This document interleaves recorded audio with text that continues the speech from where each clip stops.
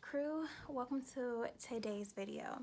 Today I want to talk all about what I learned and how I am doing so far doing the Budgetnista's challenge. So the Budgetnista has a month-long challenge and I am day 8 into the challenge. Now I want to be honest, how did I get here? Well, if you don't know, I have recently turned 30 and I have created all the different platforms that or avenues that I want to create so far within the Average Black Girl umbrella. And the next thing that I want to get into is definitely into real estate.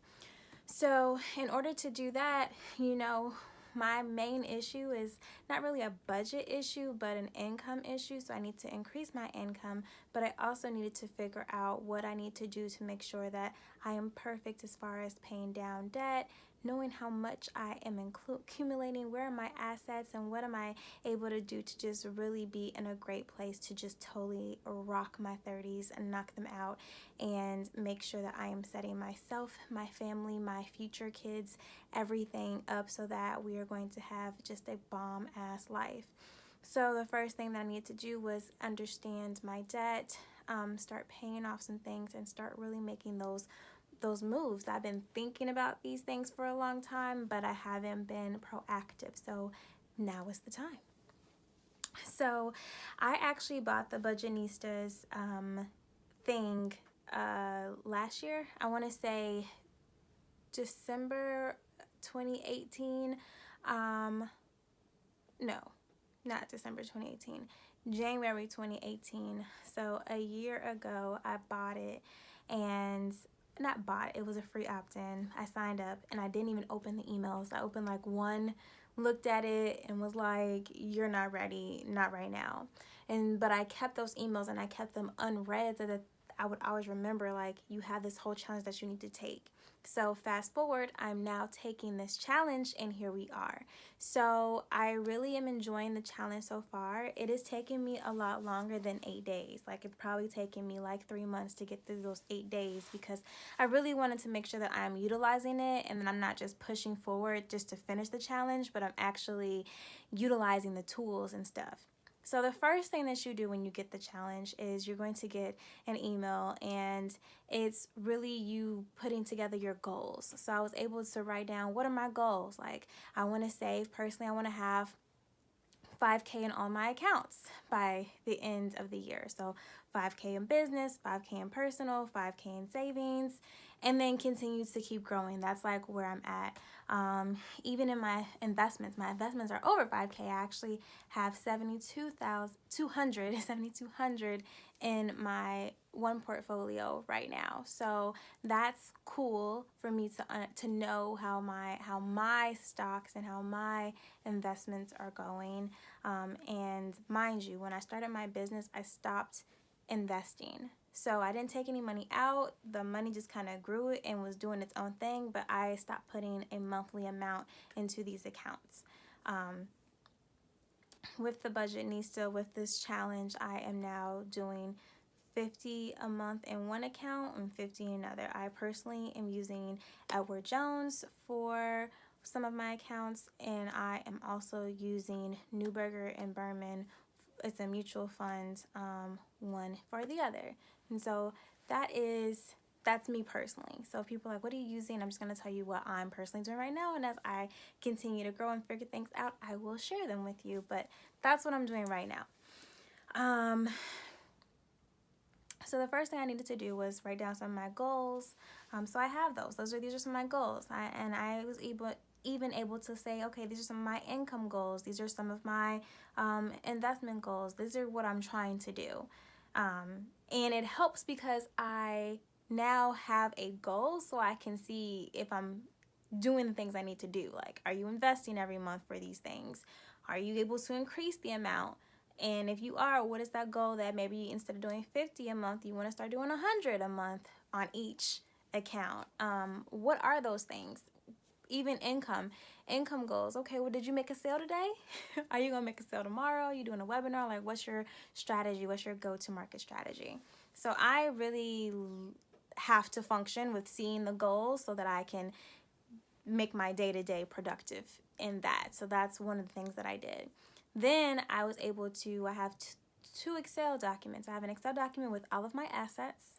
So, car was paid off in, I think, March or April. So the value of the car is in there is now an asset because I 100% own it now. The stocks, my 401k, those things, that what are my assets? And so same thing with my debt. What is my debt?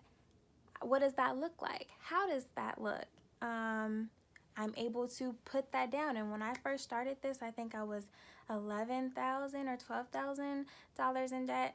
Now I have $9,000, and I'm almost done with that. I've paid off one credit card, almost the other, and then I only have two more, and then I'm done. So just being focused, laser focused on what's going on helps me a lot. And I've still been able to travel. I went to Jamaica for my birthday. I will have another video about that. But one didn't substitute for the other. I'm able to kind of do everything. So I'm really excited. The next thing that you do within it is, now that you have what those goals are, for me, I started paying off the smallest credit card first. That is the snowball effect. There's also the avalanche, where you pay off the biggest one first. But for me, I just do the smallest one. It helped me. That's what I can do. That is the goal that I'm going to do. And I'm even thinking about taking out another card, putting all of the interest and everything on that one, so that I'm no longer paying interest and just paying off the debt. So we'll see. That's kind of my next goal. How am I going to pay off these last two credit cards? What's my goal? But stay tuned for that. But what I also, now that I know how much debt and how much assets I have, now the goal is to figure out, how am I actively saving? So you are able to sign up and have a one-on-one with a financial advisor through a program called Ally. And then you are also given a whole bunch of tools. So the tool that I have been using is Digit. And I am a fan of Digit because you can give it yourself goals. You can say, I want to pay off this card, and they will take out money from your account every day. And you can put money back in there if they took too much and you're like, oh, I really need that money right back. They'll put it right back in the account, or they will put it to your card, or both. So I have one is paying. I have two accounts that it's paying off of. One is just saving for like a rainy day or whatever I want to save for, and then the other one, it is paying off for a credit card. And so I thoroughly enjoy that because I was able to make two payments this month for one of my cards, which not only looks good for your credit score, but it's just less money that I have to deal with, and it's amazing. So I like Digit so far. There are a lot of other ones that I'm going to be trying now. There's Acorn, where it takes the cents and of your purchases and rounds up, and then it invests in some stocks. So I'm interested in that one. And then Mint is what a lot of people are talking about, and that kind of tracks your behavior, so you can know how much you're spending on food and makeup and nails or traveling or alcohol or whatever it is that you do with your money. You're able to not only see what your behaviors are and your patterns, but you're able to then make a nice decision on how you need to change things. So I'm excited about that. And that's it. And that's it for the first week. So to recap, what you're doing the first week is you are doing the following. You are calculating what your net worth is. You are calculating your assets. You are calculating your debts. You are downloading some tools to help you, and you are getting clear on what your financial goals are for the year. And so far, I'm loving it. I am going to be doing day 8 tonight and continuing on, and I'll have another update next week, Friday, on how I have enjoyed the next few days and where I'm at thus far.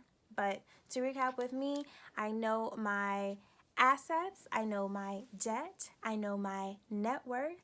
I am back investing into 2 different stock portfolios monthly, and I have a clear goal of what my financial goals are and what I'm trying to do for the next year, year and a half. All right, well, I hope this was great. Comment below, what are some of your financial goals? What are you doing to work on your stuff? I also downloaded Credit Karma, so I check my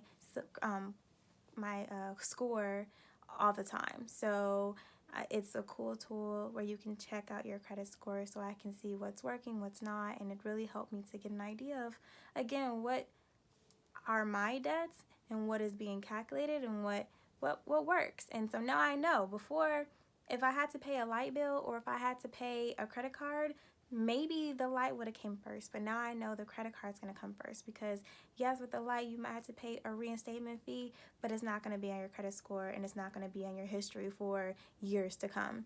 Or if you get it knocked off, you'll have to go ahead and, send letters and mail things in or pay someone. It's just not worth it. And now I know. And so now that I know better, I do better, and I also spread what I know. So leave below any of the tips that you've learned, and let's get on this financial journey together. My goal by the end of the summer, I want to be debt-free. If not, my stretch goal, if I can't hit that, is going to be definitely before 2020, like before January, no more debt. We're going to pay off this $9K, and we're going to purchase something. Okay? Okay? All right. Well, I'll talk to you guys later. Bye.